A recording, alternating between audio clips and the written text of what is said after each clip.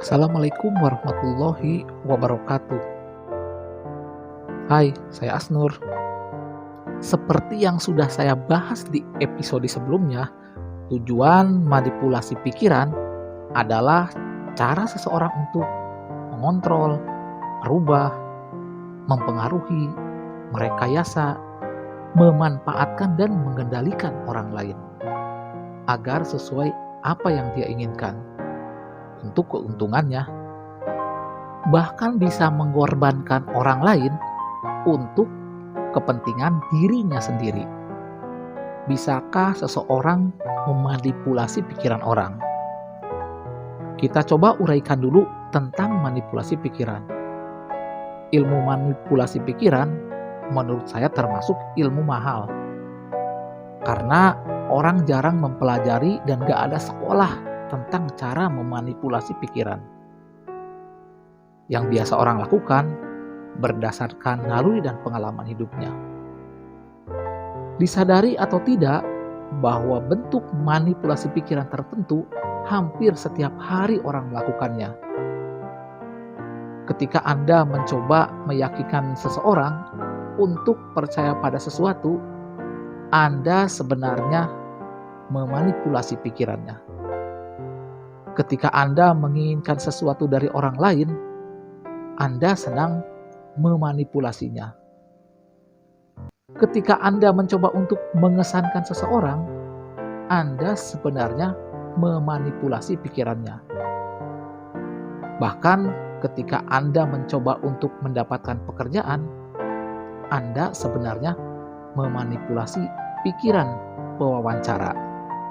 Mungkin kata manipulasi pikiran kedengarannya sesuatu yang negatif dan terkesan jahat. Kita coba pelajari manipulasi pikiran, kita gunakan untuk hal-hal yang positif. Dan kita juga bisa mengetahui dan menyadari ketika orang lain mencoba memanipulasi pikiran kita.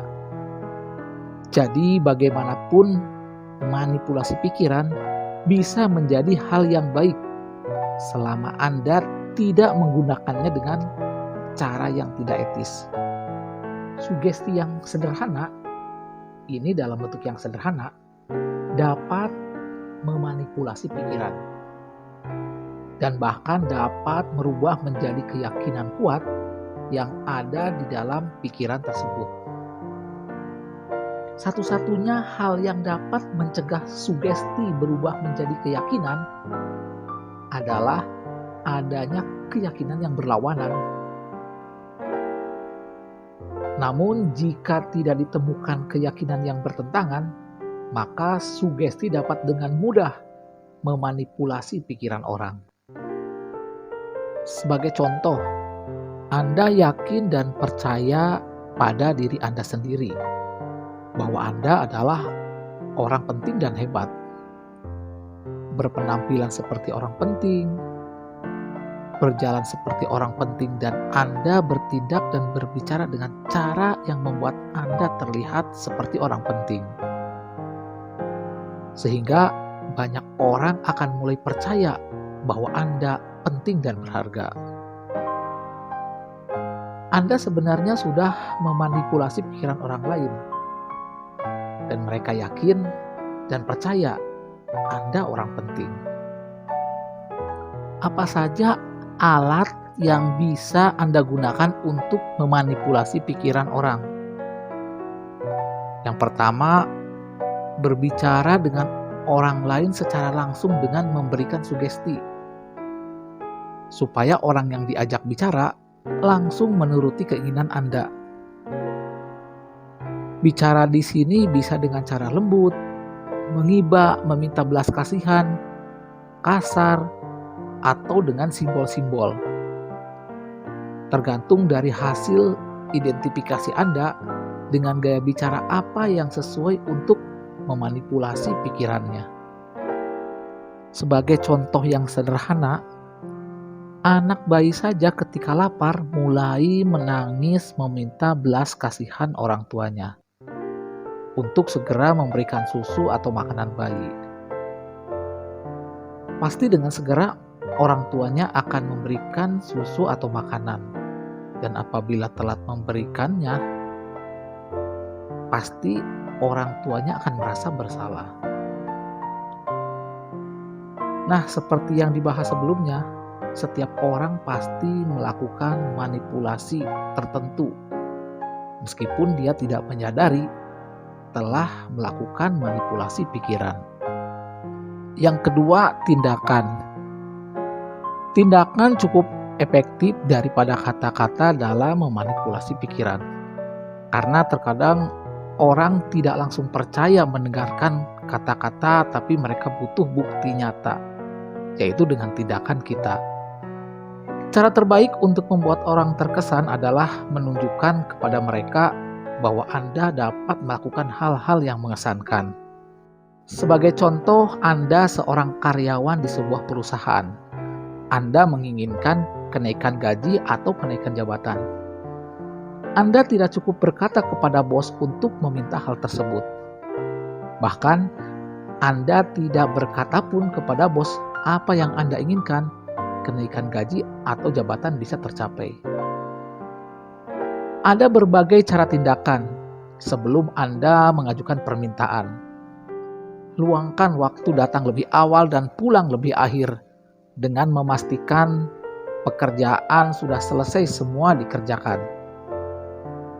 Kemudian Anda bekerja lebih baik lagi, bukan hanya melaksanakan tugas-tugas yang merupakan kewajiban Anda, tapi Anda bisa menyelesaikan tugas-tugas di luar kewajiban Anda. Cobalah membantu pekerjaan bos. Bahkan Anda selalu ada ketika bos Anda membutuhkan, sehingga bos Anda terkesan dengan Anda. Dan bos merasa Anda layak untuk naik gaji atau jabatan. Yang ketiga, menggunakan orang lain. Salah satu cara terbaik untuk mengirimkan saran ke pikiran orang adalah dengan menggunakan orang lain. Jika seseorang meneruskan dan mengulangi saran yang Anda sampaikan kepada orang lain, maka saran itu akan lebih melekat di benak orang yang mendengarnya. Misalnya, jika teman Anda berbicara tentang betapa hebatnya Anda dan Anda tidak ada di tempat itu, sugesti ini kemungkinan besar akan menjadi keyakinan yang kokoh di benak orang yang mendengarnya. Contoh lainnya, seorang relawan mengkampanyekan calon kepala daerah kepada orang lain dengan menceritakan kehebatan dan prestasi-prestasi yang telah dicapai calon tersebut. Ini akan efektif diyakini kebenarannya, ketimbang calon itu menceritakan kehebatannya sendiri. Yang terakhir, yang keempat, dengan menggunakan teknologi, baik melalui media sosial atau musik. Anda bisa menggiring persepsi atau yang Anda inginkan lewat media sosial. Ini cukup efektif, apalagi Anda banyak followernya. Cuma Anda harus siap mental bagi mereka yang tidak sepemikiran atau yang tidak menyukai Anda. Contoh dengan musik, mungkin Anda pernah mendengar video-video afirmasi positif melalui musik. Atau Anda melihat film tanpa disadari ada background suara musik, misalnya film horor. Ada musik yang menegangkan sehingga menambah suasana makin menyeramkan. Nah, itulah alat-alat yang bisa digunakan untuk memanipulasi pikiran orang. Kalau ada saran dan tambahan alat yang lainnya, silahkan ketik di kolom komentar. Nanti di konten-konten berikutnya kita bahas kejadian-kejadian dalam manipulasi pikiran.